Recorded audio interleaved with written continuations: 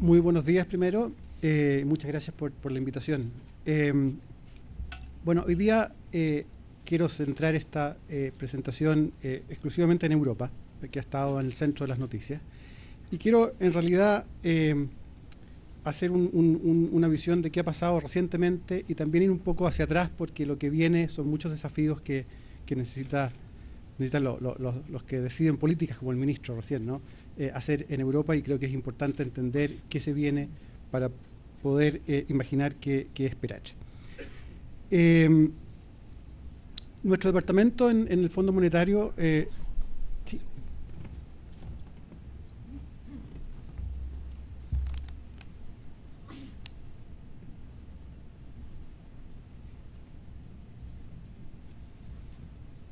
Bueno, les cuento por mientras. Sí. El fondo está separado en departamentos por áreas geográficas, ¿no? Entonces yo trabajaba en las Américas antes y me movieron a trabajar con Europa porque necesitaban más recursos, ¿no? Y es interesante también que la gente que se ha ido moviendo al departamento europeo viene con bagaje de mercados emergentes, en parte porque varios de los problemas que sufre Europa van a ser bien conocidos para muchos de ustedes que han visto problemas de deuda, problemas de competitividad en el mundo. Me lo dejo así, medio, no es aquí donde lo quiera.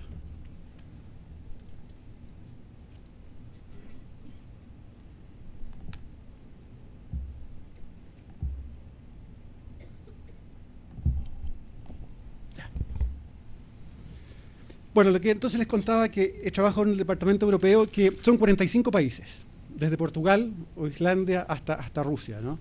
Y la verdad es que la presentación mía hoy día no va a ser sobre los 45 países, no tendría sentido. Tampoco va a ser sobre la Unión Europea, que son 27 países, sino va a ser más bien en la zona euro, los 17 países que comparten esta moneda única, y es donde ha estado centrado más bien el problema reciente. El este de Europa tuvo bastante estrés en la crisis de Lehman. Pero esos países ya han ido saliendo de esto. Entonces, déjenme primero contarles qué pasaba en enero. La verdad es que como en Chile hubo vacaciones, la gente un poco se fue con un panorama muy malo, volvió de vacaciones y las cosas estaban un poco mejores. Y la verdad es que en enero las cosas se veían muy difíciles. ¿De dónde venía el problema? Venía que de un primero elevado nivel de deuda en Europa. La deuda estaba algo sobre el 60% del PIB y llegó a casi 90% en promedio. ¿Son altas estas deudas? No tanto, la verdad. Si uno compara con el Reino Unido, con Estados Unidos, la verdad es que no es tan alarmante lo que está pasando. Entonces, ¿por qué tanto problema? Bueno, la verdad es que había problema porque este promedio esconde una realidad muy distinta dentro de Europa.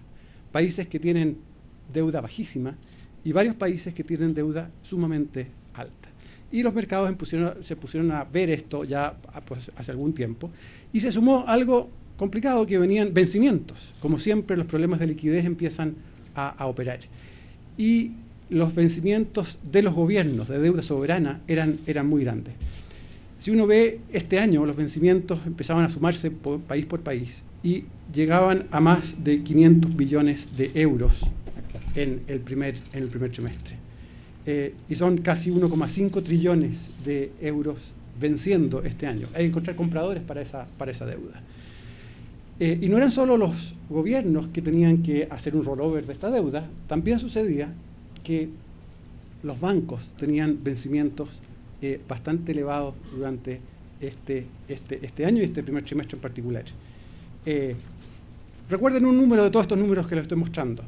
El total del año se requerían unos 640 billones de euros en los bancos solamente, de reemisiones de deuda. Por supuesto, la gente que no compra un papel tiene la plata para hacer otra cosa, y por lo tanto la plata no desaparece, pero era así un problema complicado. Con esto, los mercados se empezaron a poner cada vez más nerviosos, y para poner una perspectiva de este nerviosismo, déjenme mostrarles simplemente la percepción de riesgo de default que los mercados les estaban asignando a distintos países en distintos momentos del tiempo. Esto fue el pic de los problemas post-Lehman. Marzo del 2009, si se acuerdan, fue cuando los mercados estaban peor. Desde ahí en adelante hubo un rally fantástico durante el año.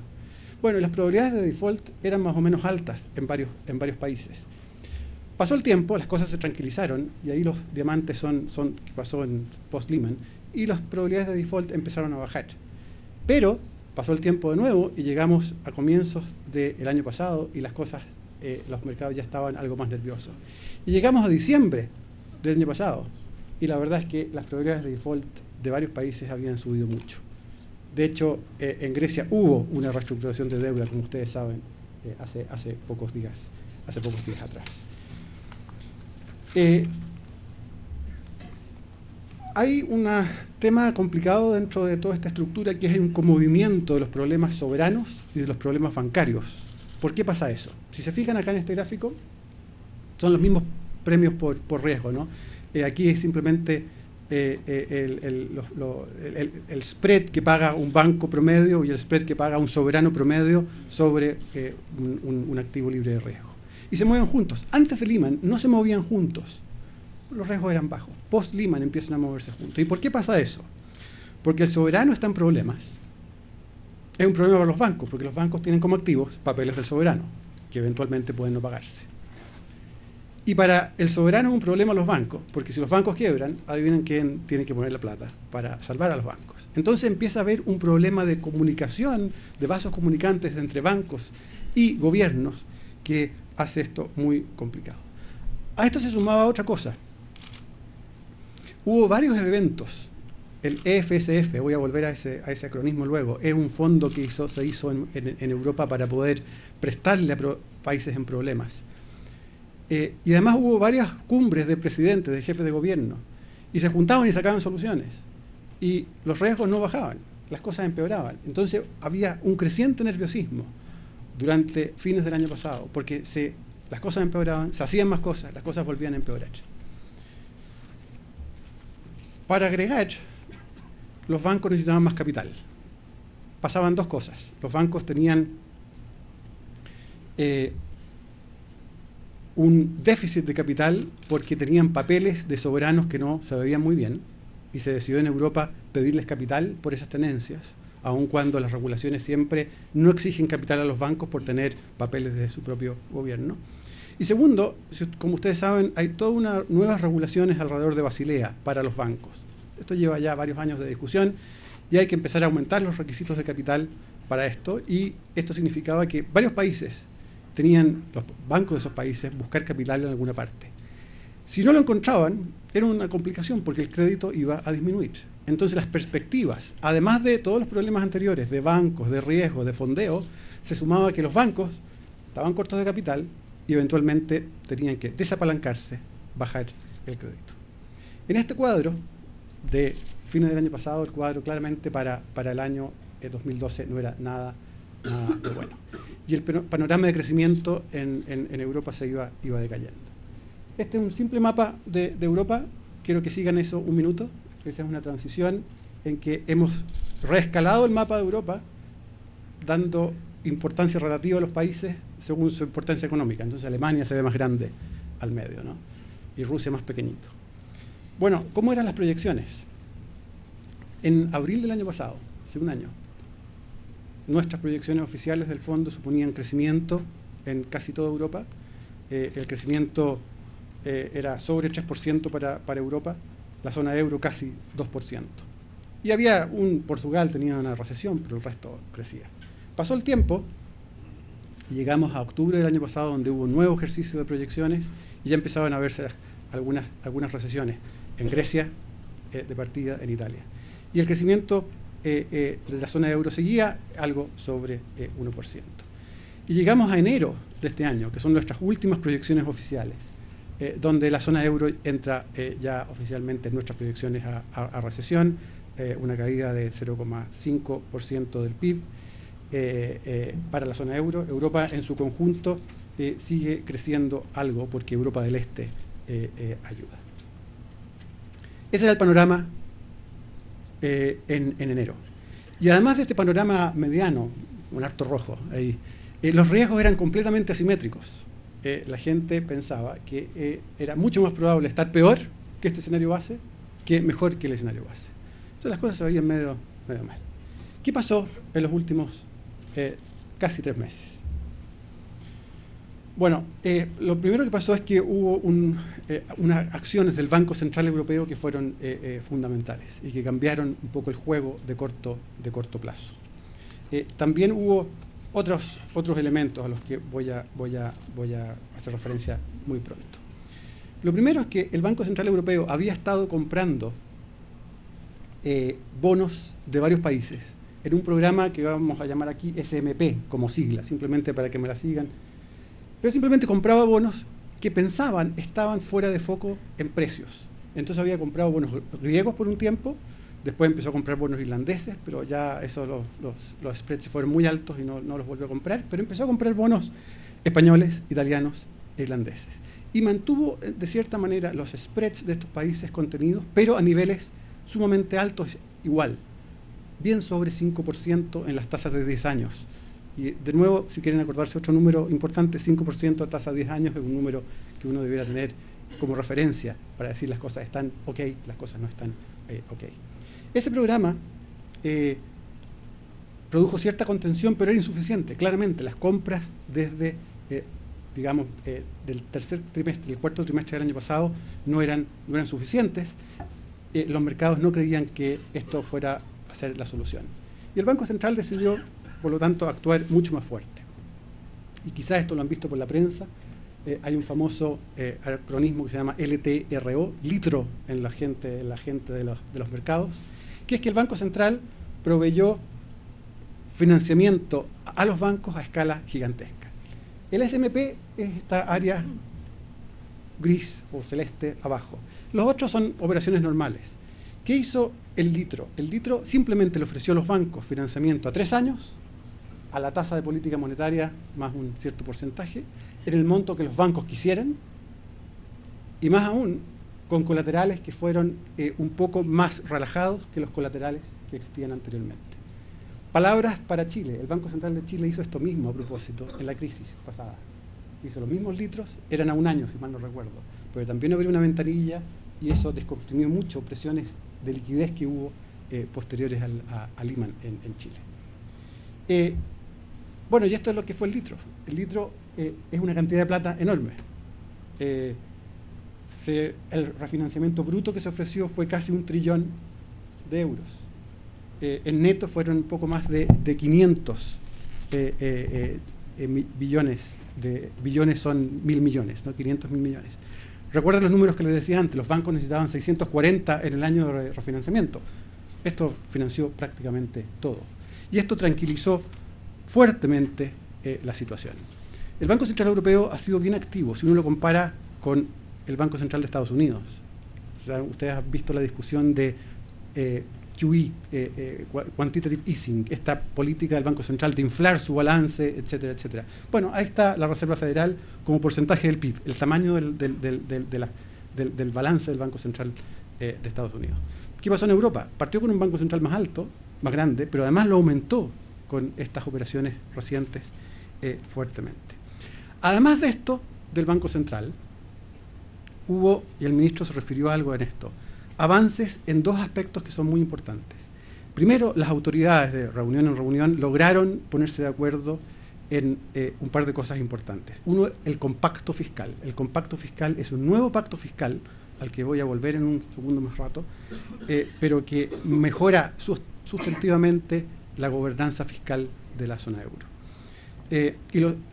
En esta lógica de acuerdos también acordaron robustecer y de hacer más pronto un nuevo sistema de recursos que van a tener el sistema, el ESM se llama, Mecanismo Europeo de Estabilidad, que va a empezar a funcionar a mediados de este año, en principio.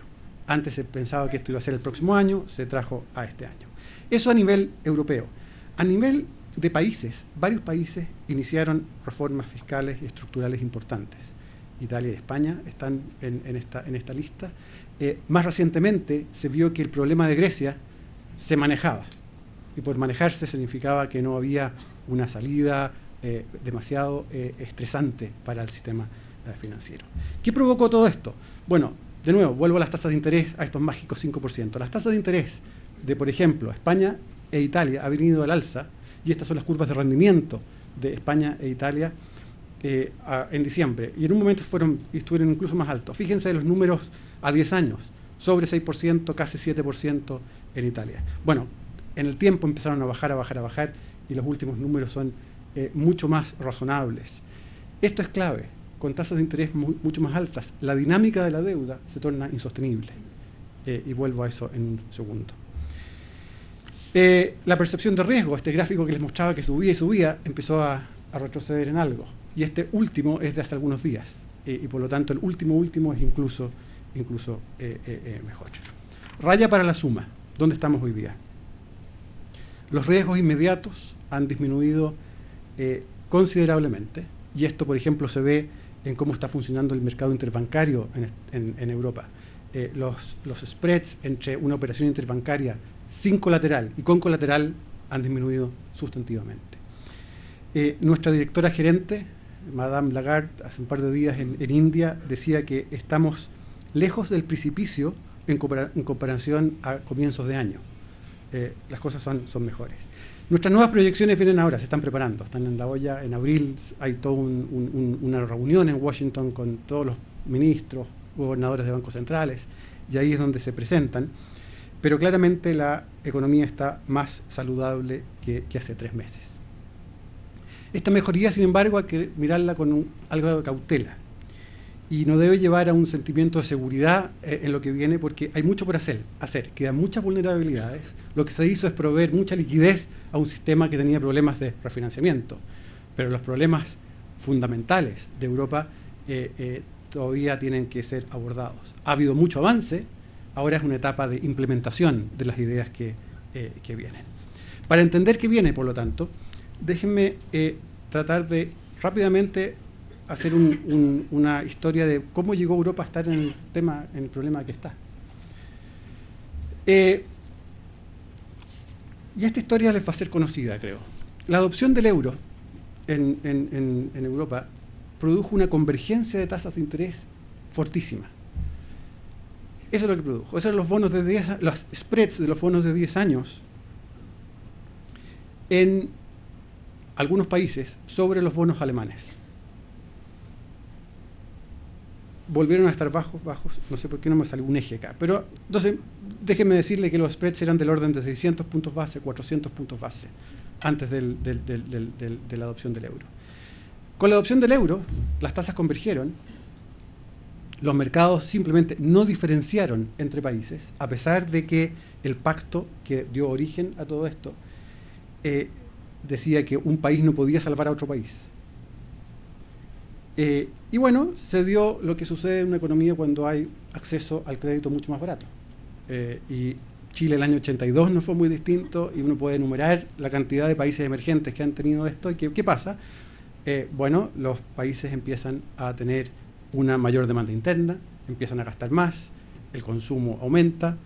A veces la inversión se dispara, pero a veces se dispara en cosas que después uno se arrepiente de haber hecho, y los booms de inmobiliarios son gigantescos. Bueno, eso pasó en Europa. Hay una parte fiscal importante también, pero no hay que perder de vista que también hay un problema del mundo privado y del mercado financiero en particular, de ponerle precio a los riesgos de manera incorrecta. En junio del 2007 se transaban igual los bonos de estos países, y eso no debe haber ocurrido. Una manera de ver la dinámica que produjo esto es la siguiente. Cada una de estas pelotitas, por supuesto, es un país. En el eje de abajo hay el rendimiento de los bonos soberanos. Entonces, ¿dónde estaban las tasas de interés? Alrededor de 1995. Y lo más importante del eje izquierdo, y quiero que me sigan un minuto, es algo que se llama posición de inversión internacional. Antiguamente, cuando los países se endeudaban solo con deuda externa, era la deuda externa y nada más. Y cuando aquellos que se acuerdan de la crisis del 82 y cuando la deuda externa llegó a 100% del PIB y era un drama, bueno, era la deuda externa, esto es lo mismo. Pero como los mercados son más sofisticados ahora y hay más inversiones directas, esto además agrega la inversión extranjera directa, además agrega, por ejemplo, los flujos de portafolio. Entonces, todo lo que debe el país, un país neto, al resto del mundo. Bueno, y los países, si ven acá, los países fluctuaban, por supuesto. Y había unos que debían hasta casi 50%. Pero Grecia debía 30% del PIB al resto del mundo. España, 20%. De ese orden, no eran muy altos. ¿Qué pasó con este mundo de tasas bajas? Bueno, primero, las tasas bajaron y todos se alinearon en la misma tasa de interés. Pero además, si se fijan, los países empiezan a diverger en términos de cuánto deben al mundo. Y ya en el 2005, varios países debían más del 50% del PIB. Y si uno va al año 2008, ya varios países empiezan a acercar al 100% del PIB. Y las tasas siguen igual. Y algunos países eran más acreedores que antes. Y esto provoca una tensión clara porque hay que pagar esto de vuelta. ¿Y cómo se paga? Bueno, hay que generar superávits para pagarlo. Y no son fáciles estos superávits de pagar. Y esto ya pasó en el 2010. Los mercados empiezan a diferenciar las tasas de interés de los países, pero ya varios países de estos tienen posiciones de inversión internacional sustantivamente negativas. La otra cara de esta misma historia es ver qué pasó con las exportaciones y con el tipo de cambio relativo de estos países. Quiero graficar acá dónde están los países respecto del promedio de cómo se movieron en los últimos 10 años, en cómo lo hicieron en exportaciones, en el eje de abajo, y en el tipo de cambio real, medido aquí como costos laborales unitarios. Bueno, ¿qué pasó? Varios países simplemente divergieron a la izquierda, en que fueron menos competitivos y exportaron cada vez menos. Y varios países, y Alemania es el caso paradigmático, se hizo más competitivo y exportó más. Y esa es la situación que hoy día los países tienen que resolver. Con un pequeño detalle. Si ustedes se acuerdan qué pasó en crisis en Latinoamérica, buena parte del trabajo de lo que venía lo hacía el tipo de cambio. Bueno, acá no hay tipo de cambio. Todos están en euros. Y eso es un desafío muy grande de cómo arreglar esto sin poder recurrir al tipo de cambio. A esto se sumó la política fiscal. Y el Tratado de Maastricht, es imposible ver estos números, pero van a ver la historia. El Tratado de Maastricht ponía un objetivo de 60% del PIB a la deuda y un déficit máximo de 3% del PIB. Dos parámetros muy simples. Bueno, rojo es que no cumplieron ese año. Bueno, muchos países no cumplían. La verdad es que Maastricht no funcionó tan bien. Hubo países que no lo cumplieron nunca. Miren la línea de Grecia. Algunos países grandes como Francia y Alemania no lo cumplieron en momentos importantes y eso dio un ejemplo malo para el resto. De hecho, solo un país lo cumplió en esta tabla, ¿no? Perdón, dos, Finlandia y Luxemburgo. Y por lo tanto también hay que arreglar mucho la política fiscal. Y la política fiscal tiene que arreglar primero un problema de stocks, la deuda es muy alta, y segundo un problema de comportamiento, que es que los déficits no son lo que debieran ser. Esto no significa que el déficit no debiera aumentar cuando los tiempos malos, no es eso. Es que en promedio son muy altos simplemente. Y eso me lleva a qué hacer, qué se está haciendo, cuál es la discusión hoy día para entender qué viene. Hay 4 áreas claves, en nuestra opinión, de donde queda mucho trabajo por hacer. Primero es crecimiento. Es difícil salir de estos problemas sin crecer. Cuando el crecimiento es negativo año tras año, la deuda sobre el PIB se ve cada vez peor. El desempleo sube, hay descontento social, el apoyo a las reformas se va y por lo tanto hay que buscar maneras de crecer. Segundo, hay que integrarse más en lo fiscal y en lo financiero. Y voy a explicar en un momento qué significa eso. Y por último, es muy importante tener mejores cortafuegos. Cortafuegos es la mejor traducción que encontré para firewall, que es lo que sale en la prensa, que son mecanismos para poder apoyar a países en problemas de manera más o menos transparente, no ad hoc cada vez, con reglas claras y suficientemente robustas. Y quiero explicar por qué eso es tan importante. ¿Qué pasa con el crecimiento? Bueno, primero el crecimiento, hay una parte de manejo de demanda bien simple, que es que la política monetaria es expansiva y probablemente siga siendo bastante expansiva, porque la inflación en la zona euro fue más que 2,5% el año pasado. Ellos tienen una meta de 2 o un poquito menos, pero las proyecciones son que va a bajar. Parte de la inflación alta hoy día, además, refleja, por supuesto, combustibles, como todo el mundo, precios de commodities más altos, pero también refleja que varios países han aumentado impuestos indirectos, en particular el IVA, fuertemente. Y eso se refleja por algún tiempo en precios. Pero la verdad es que las expectativas es que la inflación siga cayendo hacia adelante y por lo tanto uno podría esperar que este espacio mantenga al Banco Central Europeo con una política monetaria que ayude a la recuperación. Claramente hay mucho que hacer en la microeconomía de varios de estos países. Los costos laborales son muy altos, los mercados laborales son algo disfuncionales en algunos países, y aquí es simplemente un paneo de distintas dimensiones de reformas estructurales, y los rojos y los amarillos ahí son cuando se ven feos esos países en rankings, en comparaciones. Y no es extraño ver que los países con más rojos y amarillos son países que hoy día tienen más presión o más tareas. Y es porque la verdad, en términos estructurales, tienen mucho más que hacer. Aquí hay avances sustanciales. España anunció una reforma laboral importantísima, Italia está negociando esa reforma laboral, hay muchas cosas que hacer en el mercado de productos y en otros también. El nuevo pacto fiscal tiene que ser implementado. El nuevo pacto fiscal tiene varios componentes, pero me gustaría referirme a algunos bien específicos. Primero, los países tienen que tener un déficit estructural, y esta audiencia va a saber lo que significa una balanza estructural, eso es muy raro en el mundo, menor que 0,5% del PIB. O sea, lo máximo déficit es 0,5%. Y además tienen que tener un freno en la deuda. Si la deuda es muy alta, más que 60% del PIB, tienen que tener un superávit pequeñito cada año para bajarla. Y además tienen que transponer la legislación europea en su propia legislación. Se espera que los países lo pongan en la Constitución o en leyes de alto quórum, estos requerimientos. Y además el pacto ahora cambió las reglas de votación y por lo tanto y es más fácil aplicar sanciones a un país si es que incumple. Ahora, igual, esto es una tarea titánica. Si uno ve dónde están los números, dónde estuvieron los números de Europa con esta nueva regla, bueno, esto es lo que pasó en los países. Nadie cumplió nada. O sea, subieron la barra sustancialmente. Y está bien, es necesario, pero ahora hay que implementar esto.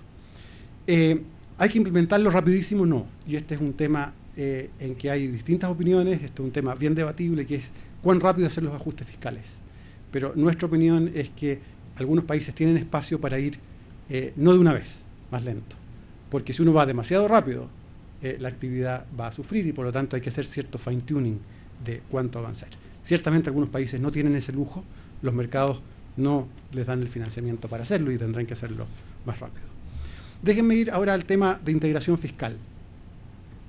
La verdad es que la zona euro tiene su propia moneda, pero fiscalmente es un país son países muy todavía desconectados. Al lado izquierdo ustedes tienen cuánto del presupuesto federal de Estados Unidos se traslada a los estados por estado como porcentaje del PIB. Y al lado derecho lo que pasa en Europa respecto de su propio presupuesto agregado. No es prácticamente nada. Y por lo tanto hay que buscar maneras de que esto mejore. De esa manera, países que están más bollantes pueden ayudar a países menos bollantes en el ciclo, como sucede en Estados Unidos. Y la integración financiera también es importante. Y esto vuelvo al argumento que hablé del conmovimiento del riesgo país y del riesgo bancario, que uno se cae sobre el otro. En Estados Unidos, el tamaño del sistema bancario del Estado es muy pequeñito respecto del Estado. Cuando Lehman entró en problemas, nadie se preocupó de Nueva York, si Nueva York estaba en problemas o no.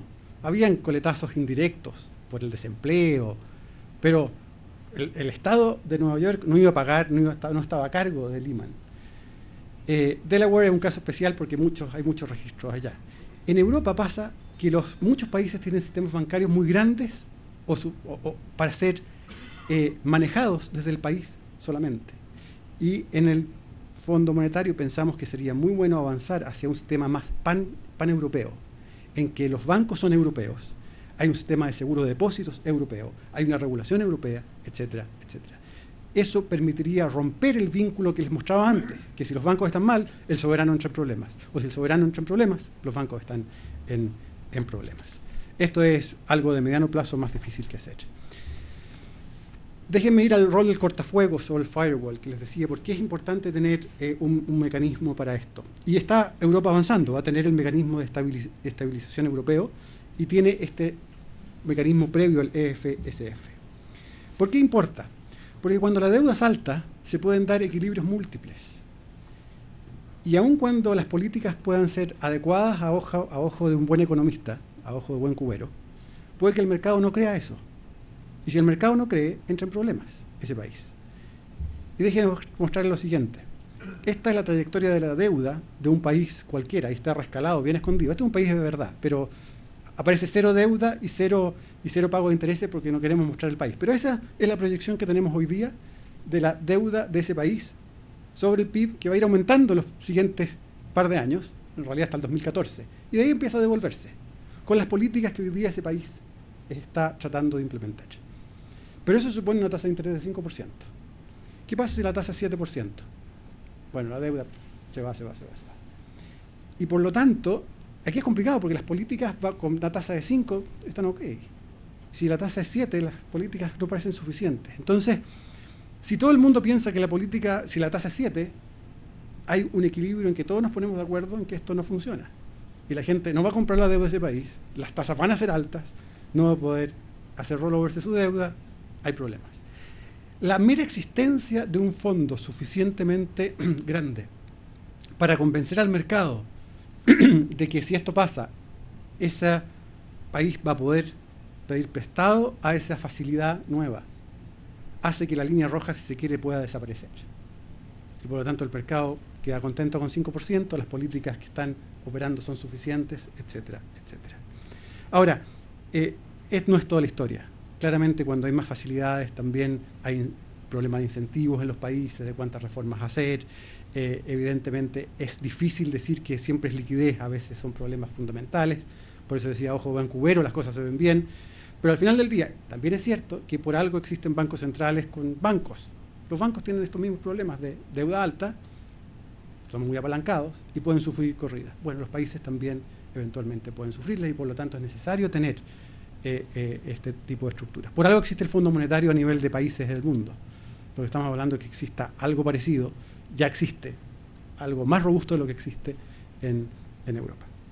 En suma, ¿en qué está Europa? Europa partió con muy poquita gobernanza centralizada y no funcionando muy bien antes de la crisis.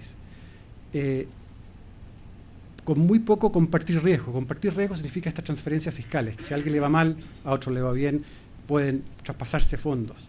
O puede garantizar una deuda un país respecto del otro. Con la crisis se movió al principio a este fondo en que varios países ponen plata, garantizan este fondo y esos fondos le prestan a los países en problemas. Y hoy día Grecia, Portugal, Irlanda tienen mucha plata prestada desde este fondo europeo. Recientemente hubo el compacto fiscal hacia fines de este año y ahora último se acordó pasarlo a ley y por lo tanto se mejoró la gobernanza, pero ciertamente eso no es suficiente, falta más de ambos aspectos. Muchas gracias.